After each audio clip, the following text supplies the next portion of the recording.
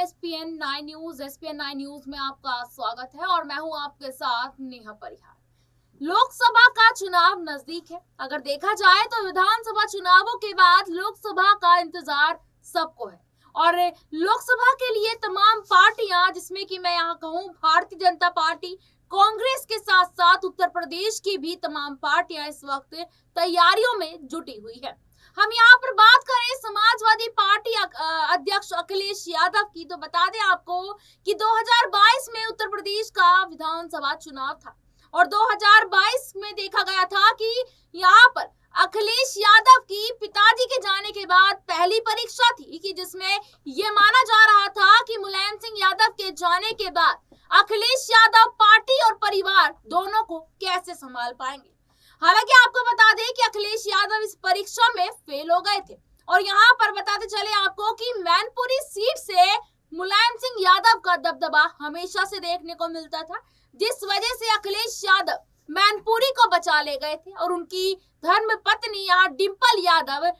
मैनपुरी से सांसद भी है। इसी बीच आपको बता दें कि उत्तर प्रदेश के विधानसभा चुनाव के दौरान देखा गया था कि मुलायम सिंह यादव की छोटी बहू अपर्णा यादव यहाँ भाजपा का दामन थामते नजर आई थी, समाजवादी पार्टी का दामन छोड़ती नजर आई थी और यहाँ पर योगी आदित्यनाथ के साथ कामकाज करती नजर आई, उत्तर प्रदेश में प्रचार करती भी नजर आई थी। लेकिन अब लोकसभा चुनाव से पहले यहाँ ये अटकलें लगती नजर आ रही हैं कि क्या अपर्णा यादव समाजवादी पार्टी का फिर से दामन थामती नजर आएगी, क्योंकि यहाँ अगर देखा जाए तो मुलायम सिंह यादव के जाने के बाद यहाँ पर यादव परिवार इस वक्त उत्तर प्रदेश में अपनी खोई हुई जमीन तलाशने की कोशिश यहाँ पर कर रहा है। दोनों बहुएं यहाँ पर ये दिखाती क्या नजर आ सकती है भविष्य में कि मुलायम सिंह यादव के जाने के बाद पार्टी पर कुछ असर नहीं पड़ा है। इसी मुद्दे पर आज हम चर्चा करेंगे और चर्चा करने के लिए हमारे साथ अमन जी मौजूद है। अमन जी, क्या लगता है आपको कि यहाँ पर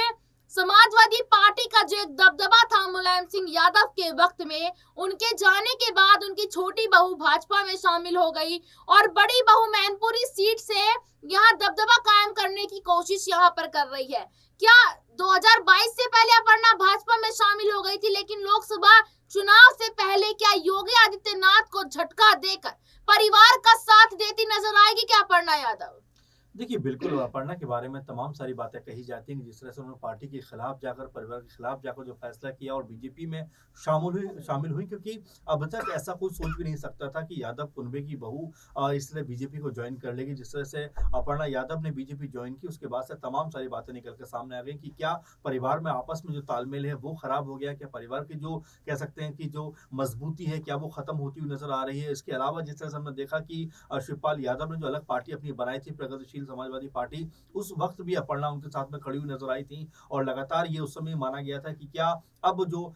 सपा है या समाजवादी पार्टी है क्या वो अब खत्म होने की कगार पे आ गई है, क्योंकि शिवपाल यादव एक बड़ा नाम हुआ करते थे अपने आप में और मुलायम सिंह यादव के साथ में उन्होंने कदम से कदम मिलाकर इस पार्टी को मजबूत किया और यही वजह थी कि लगातार ये कहा जा रहा था कि पॉलिटिकल जो अनुभव है उनके पास वो अखिलेश यादव के पास नहीं था। आपको अगर याद हो 2012 में जब अखिलेश यादव मुख्यमंत्री बने तो सबसे पहले विरोध करने की सूची में शिवपाल यादव का नाम जो है शामिल था, क्योंकि ऐसा माना जा रहा था कि मुलायम सिंह के बाद जो मुख्यमंत्री पद की अगर कुर्सी का कोई सबसे बड़ा दावेदार है तो वो शिवपाल यादव या फिर आजम खान, लेकिन उनके बावजूद यहाँ पर अखिलेश यादव को मुख्यमंत्री बनाया गया। हालांकि बाद में बहुत सारे विवाद आपस में होते गए और यही कड़ी में लगातार देखा गया कि शिवपाल के पक्ष में हमेशा से अपर्णा यादव के जो बयान रहे हैं और उनके साथ वो खड़ी नजर आती रही हैं, तो कई तरह की बातें इसमें जो है शामिल रही। लेकिन अपर्णा यादव का बीजेपी में जाना शायद किसी ने सोचा नहीं होगा और जिस तरह से वो बीजेपी में गई, ये लगा जरूर कि बीजेपी उनको कोई बहुत महत्वपूर्ण जो है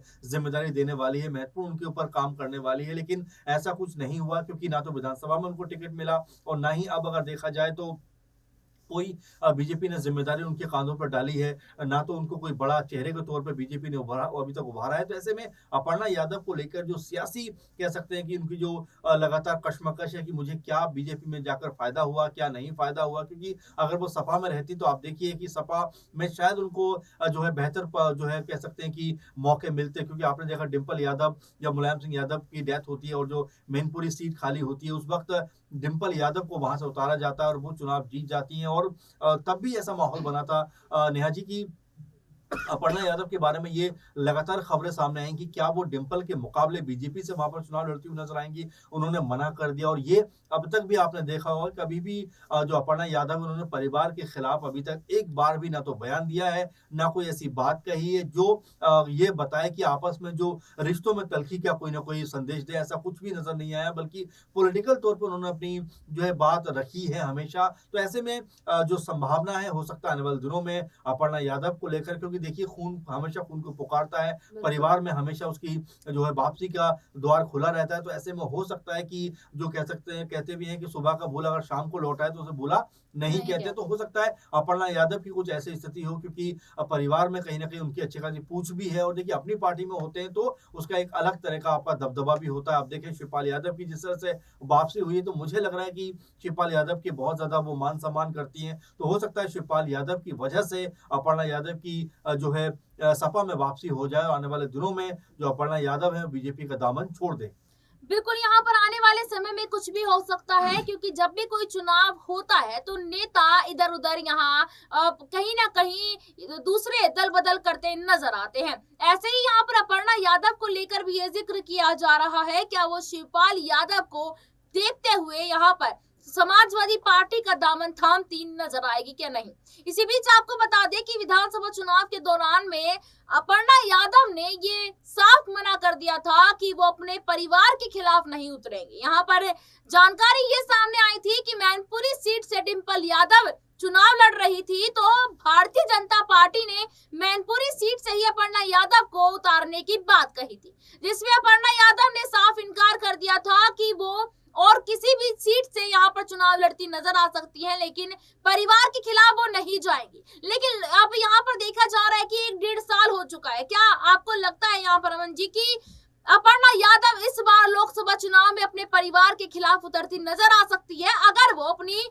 परिवार और पार्टी के साथ नहीं आती है तो? देखिए बिल्कुल, और इसमें इसको लेकर हमेशा बात होती है कि डिंपल जो के मुकाबले जो है अपर्णा यादव मुकाबला कर सकती हैं। लेकिन देखिए इसकी संभावना मुझे बहुत कम लगती है, क्योंकि अभी तक डिंपल जो अपर्णा यादव, उनके मुख से आपने एक बार भी नहीं सुना होगा कि परिवार के बारे में उन्होंने कुछ बड़ी बात कही हो, अखिलेश यादव के बारे में बड़ी बात कही हो, डिंपल यादव के बारे में कुछ ऐसा कहा हो, या परिवार के जो बाकी सदस्य हैं उनके बारे में भी कभी कुछ बोला हो। तो ये कुल मिलाकर नजर आ रहा है कि हो सकता है बीजेपी उनको चुनाव तो जरूर लड़ाएगी, और ऐसा माना जा रहा है कि लखनऊ कैंट जहां से वो हारी थी, हो सकता है वहीं से चुनाव उनको लड़ाती हुई नजर आ जाए। तो ये हो सकता है। लेकिन साथ में ये भी मैं कहना चाहूंगा कि जो यादव वोट बैंक है और खासकर जो बेल्ट है पूरी, चाहे आप एटा की बात करें, इटावा की बात करें, फिरोजाबाद की बात करें, आप उन्नाव की बात करें, कन्नौज की बात करें, आजमगढ़ की बात करें, और इधर जिस तरह से हम बात कर सकते हैं कि मैनपुरी का जो मुख्य कह सकते हैं सीट है, तो कुल मिलाकर कई सारे ऐसे सीट है जहां पर सपा का हमेशा दबदबा रहा है। तो मुझे ऐसा लग रहा है पर्सनली कि शायद अपर्णा यादव कभी भी नहीं चाहेंगे कि अपने परिवार के साथ में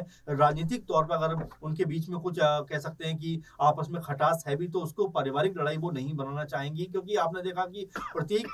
यादव जो कह सकते हैं कि उनका अलग ही तरह का शुरुआत से रहा है, कभी भी उन्होंने पार्टी पॉलिटिक्स में या पार्टी में एंट्री करने के बारे में नहीं सोचा। उन्होंने मना किया था कि मुझे राजनीति में कोई इंटरेस्ट नहीं है, और अपने आप को उन्होंने हमेशा इससे अलग रखा। लेकिन अपर्णा यादव एक्टिव रही हैं, चुनाव भी लड़ा है। ऐसे में बड़ा सवाल यही बन जाता है कि क्या जो महत्वपूर्ण बात है नेहा जी, की क्या बीजेपी उनको सही मौका देगी, या सिर्फ उनके फेस को, उनके नाम को इस्तेमाल करती हुई नजर आएगी। और अगर ऐसा होता है तो मुझे लग रहा है कि हो सकता है कि शिवपाल यादव के कहने पे, या अखिलेश यादव जो कह सकते हैं परिवार के मुखिया भी एक तरीके हैं और साथ में पार्टी के मुखिया हैं, तो उनको वापस बुलाएं, और जो उनसे उनकी छोटी बहू भी है। तो ऐसे में कुछ भी हो सकता है संभावना। लेकिन फिलहाल बीजेपी में जिस तरह से 1.5 साल से वो है, मुझे नहीं लग रहा कि कोई बहुत महत्वपूर्ण जिम्मेदारी उनको दी गई है या आने वाले टाइम पे दी जाएगी। हर बार ऐसा लग रहा है कि चलिए चुनाव ना सही तो इतने सारे उपचुनाव हुए, वहां पर उनको चुनाव लड़ा सकते थे। इसके अलावा किसी तरह से उनको पार्टी की बड़ी कह सकते हैं कि जिम्मेदारी दे सकते थे, लेकिन अभी तक ऐसा कुछ देखने को नहीं मिल रहा है। तो